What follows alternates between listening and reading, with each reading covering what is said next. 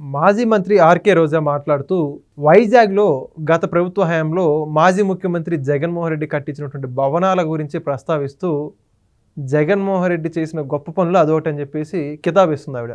మరి మొత్తానికి ఇదే అంశం గురించి పూర్తి విషయాలు తెలుసుకోవడానికి మనతో ఉన్నారు సోషల్ యాక్టివిస్ట్ శ్రీలీల గారు. మేడం నమస్కారం అండి. నమస్తే అమ్మా. మేడం, ఇప్పటికే వైజాగ్ ఋషికొండ ప్యాలెస్ వాటి గురించి ఎన్నో ప్రశ్నలు ఎంతోమంది వాళ్ళ సమాధానాలు అయితే చెప్పుకుంటూ వస్తున్నారు. ఇప్పటికీ వైసీపీ మాత్రం దాని గురించి వాళ్ళు చేసిన గొప్ప పనులుగానే భావించుకుంటూ వస్తున్నారు. ఇప్పటికీ రోజా గారు ఏమంటున్నారంటే మొత్తం అసలు ఆ భవనాలు జగన్మోహన్ రెడ్డి గారు చేసిన అద్భుతాలు అని చెప్పేసి చెబుతుంది. ఏమంటారు? అవును, వాళ్ళు చాలా అద్భుతాలు సృష్టించారు, దాంట్లో అదో అద్భుతం. అదే చెప్పుకోవాలి. ఏం చేస్తాం, మా కర్మరా బాబు అని రాష్ట్రానికి తద్దినమయ్యారు. మా కర్మ కాలి మిమ్మల్ని ఎంచుకున్నాం 2019లో. మా జీవితాలు సర్వనాశనం చేశారని ప్రజలు ఎన్ని రకాలుగా ఇబ్బందులు పడ్డారో, ఎన్ని రకాలుగా ఓట్లు వేసేందుకు వాళ్ళే తిట్టుకున్నారో మనం చూసాం. మరి ప్రజావేదిక ఎందుకు కూల్చాడో సమాధానం చెప్పాలి. మరి డిఎస్సి ఎందుకు ఇవ్వలేదు, మెగా జాబ్ మేళా ఎందుకు ఇవ్వలేదు, ఈ పోలీసుల ఉద్యోగాల భర్తీ ఎందుకు చేయలేదు, ఇన్ని రకాలుండి కనీసం పేదవాడికి సరైన ఇల్లు లేదు, ఏదో సెంటు భూమి ఇల్లు అని చెప్పి పెట్టినట్టున్నాడు. మరి సెంటు భూమిలో ఎంత ఇల్లు వస్తుంది?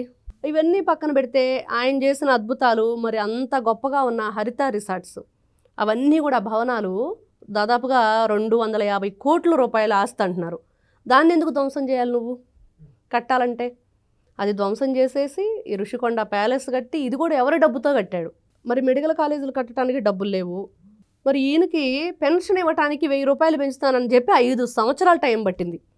ఈయన ఇది ఇంకో అద్భుతం చెప్పుకోవాలంటే.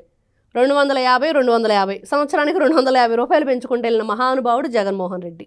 మరి ఈయన అద్భుతాలు చెప్పుకుంటూ వెళ్తే తల్లిని చెల్లిని బయటికి నెట్టేయటం అద్భుతం, బాబాయిని గొడ్డలతో నరికేయటం మహా అద్భుతం.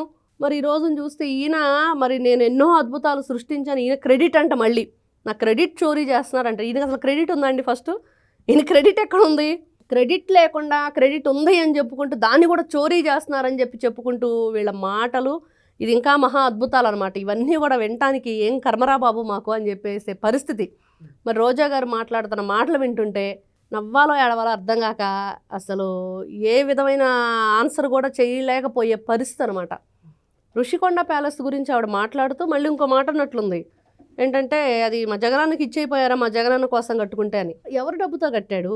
ఇస్తే తీసుకుంటారంటారు జగన్మోహన్ రెడ్డి. ఖచ్చితంగా వాళ్ళు ఫ్రీగా వస్తే ఫెనాయిల్ తాగే రకాల వైఎస్ఆర్సీపీ పార్టీ వాళ్ళు ఏదైనా తీసుకుంటారు. అందుకనే కదా వీళ్ళు అమరావతిలో రోడ్లు తారులు వేపేసి కింద కంకర కూడా తోలేసుకున్నారు, ఇసుక తోలేశారు. దేన్ని వదిలిపెట్టలేదు. ఇప్పుడు ఈ రోజా గారు ఫస్ట్ ఆడుదాం ఆంధ్రాలో 800 కోట్లు స్కామ్ చేసిందో చెప్పమనండి, ఆ డబ్బులు ఎక్కడ దాచిందో చెప్పమనండి, దేనికి ఉపయోగించిందో చెప్పమనండి. మరి ఈవిడ పర్యాటక శాఖ మినిస్టర్గా చేశారు, మంత్రిగా. మరి దానిలో ఈవిడ పర్యటనలే కానీ మరి రాష్ట్రానికి ఏం వరగబెట్టిందో తెలియని పరిస్థితి. ఇవన్నీ తిరుమల తిరుపతి దేవస్థానంలో టిక్కెట్ల విషయంలో ఎంతమందిని అక్కడ భక్తుల్ని మరి ఈవిడ మోసం చేసి తీసుకువెళ్ళింది. ఇన్ని విధాలుగా అంటే 1 కాదు 2 కాదు చెప్పుకుంటూ వెళ్తే వీళ్ళ అద్భుతాలు అసలు కోకొల్లలు ఉన్నాయి 2019 నుంచి 24 మధ్య. మరి అయితే ఇప్పుడు ప్రధానమంత్రి గారు ఇలా ఎవరెవరు వచ్చినా కూడా దాంట్లో ఉండొచ్చు, అది ముందే భావించి కట్టాడంట జగన్మోహన్ రెడ్డి గారు. ఏమంటారు? అసలు దేనికి ఉపయోగించాలో కూడా అర్థం కావట్లేదంటే ప్రధానమంత్రి గారు వస్తే చాలా హోటళ్ళు ఉన్నాయి, చాలా భవన సముదాయాలు ఉన్నాయి, ఆ రకాలైన అన్ని సదుపాయాలు ఉన్నాయి అక్కడ. మరి ఇవన్నీ వదిలేసి దీంట్లోనే పెట్టాలా వాళ్ళని? ఎందుకోసం కట్టాడు, దేనికోసం కూల్చాడు? అంతకంటే గొప్పగా ఉండేది హరిత రిసార్ట్స్. ఈరోజు దీన్ని ఏం చేయాలో తెలియని పరిస్థితి. నెలకి దాదాపుగా లక్షల రూపాయల కరెంటు బిల్లు వస్తుంది, లోపల ఉన్న ఫర్నిచరు. మరి ఎటువైపు చూసుకున్నా కూడా దీనివల్ల ఉపయోగం లేదు అనేదే వస్తుంది. కానీ ఈ రోజున ఏం చెయ్యాలో కూడా అర్థం కానీ, అసలు ఇంత గొప్పగా నారా చంద్రబాబు నాయుడు గారు ఒక విజనరీ లీడర్ అంటే ఆయన తలపగలగొట్టుకునే పరిస్థితి ఈ దుర్మార్గుడు చేసిన పనికి. ఈయన అద్భుతం అద్భుతం అద్భుతం అంటే వాళ్ళు అనుకుంటున్నారు, ఓహో మా జగనన్న కట్టిన కట్టడం మరి వాళ్ళకు కూడా పెద్ద తలనొప్పిగా మారింది, ఏం చెయ్యాలో కూడా అర్థం కాక వాళ్ళు మరి బుర్రలు బద్దలు కొట్టుకుంటున్నారు. దాని గురించి అసలు పెద్ద చర్చ నడుస్తుంది రాష్ట్ర వ్యాప్తంగా అని చెప్పి. అది కాదు, దానివల్ల ఉపయోగం లేదురా బాబు, మీరు కట్టడం వల్ల మీరు ఉండటానికి కట్టుకున్నారు, ఆ ఫ్యాన్లు ఏంటి, అక్కడున్న ఫర్నిచర్ ఏంటి, ఒక్కొక్క టేబుల్ విలువ లక్షల్లో ఉంది, ఆ బాత్రూమ్లు ఏంటి, మరి అవన్నీ కూడా లోపల వీళ్ళు చేసింది ఏదైతే ఉందో అదంతా కూడా ప్రజల సొమ్ముతోటి సర్వనాశనం చేశారు. దీన్ని దేనిగా ఉపయోగించాలి? అంత వాల్యుబుల్ థింగ్స్ ఉన్నాయి లోపల, మరి దాన్ని దేనికి మనం యూజ్ చేయాలనేది పెద్ద ఇదిగా చర్చగా మారింది.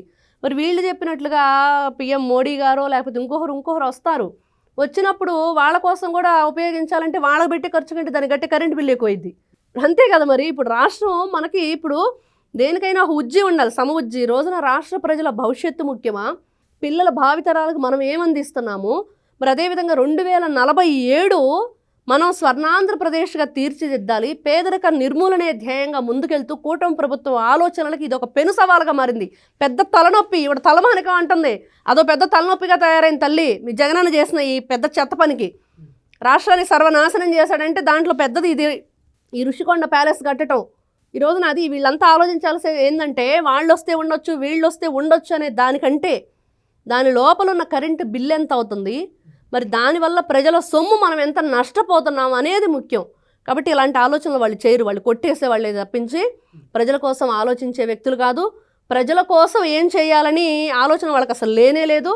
అమరావతి రాజధానో, పోలవరమో, పట్టిసీమో ఏదైనా అసలు దీనికి ఏదైతే జగన్మోహన్ రెడ్డి గారు ఎమ్మెల్యేగా ఉన్న పులివెందులకి నీళ్లు తెచ్చింది నారా చంద్రబాబు నాయుడు గారు. ఆయన ఎమ్మెల్యేగా ఉండి ఏం చేశారండి? ఏమి ఆయన వల్ల రూపాయి పని లేదు, ఉప్పు కల్లంత ఉప్పుకారం లేదు. వీళ్ళంతా ఈ గింజలు పుచ్చిపోతాయని చెప్పి పుట్టిన బ్యాచ్. మరి ఈవిడ మాట్లాడే మాటలకి ఈవిడ ఫస్ట్ సమాధానం చెప్పాల్సింది ఇంకా చాలా ఉంది. పోలీసులు ఎంక్వైరీ నడుస్తుంది.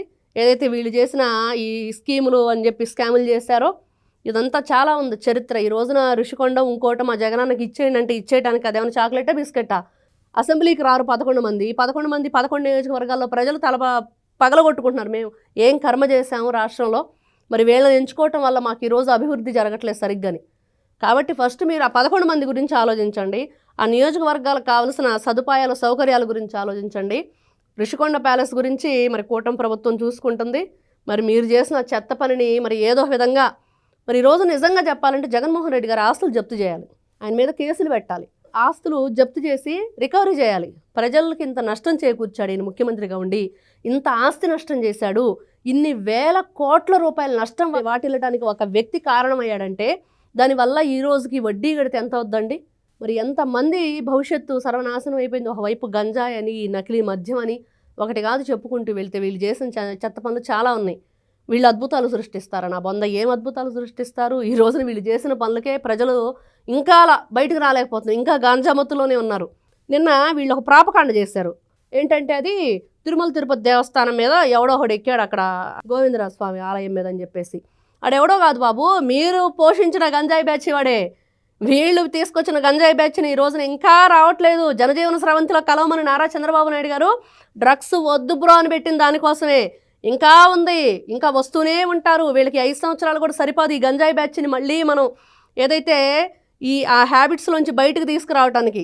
చాలా కష్టం, చెడు అలవాటు చేసుకోవటం కష్టం, మంచిలోకి తీసుకురావటం చాలా తొందరగా దాంట్లోకి వెళ్ళిపోతారు చెడులోకి, కానీ మంచిలో తీసుకురావటమే కష్టం ఈ రోజున. కాబట్టి వీళ్ళు ఎన్ని రకాల ప్రాపకాండలు చేసినా దాని వెనక మాత్రం వైఎస్ఆర్సీపీ పార్టీనే ఉండిద్ది, అది గుర్తుపెట్టుకోవాలి వాళ్ళు.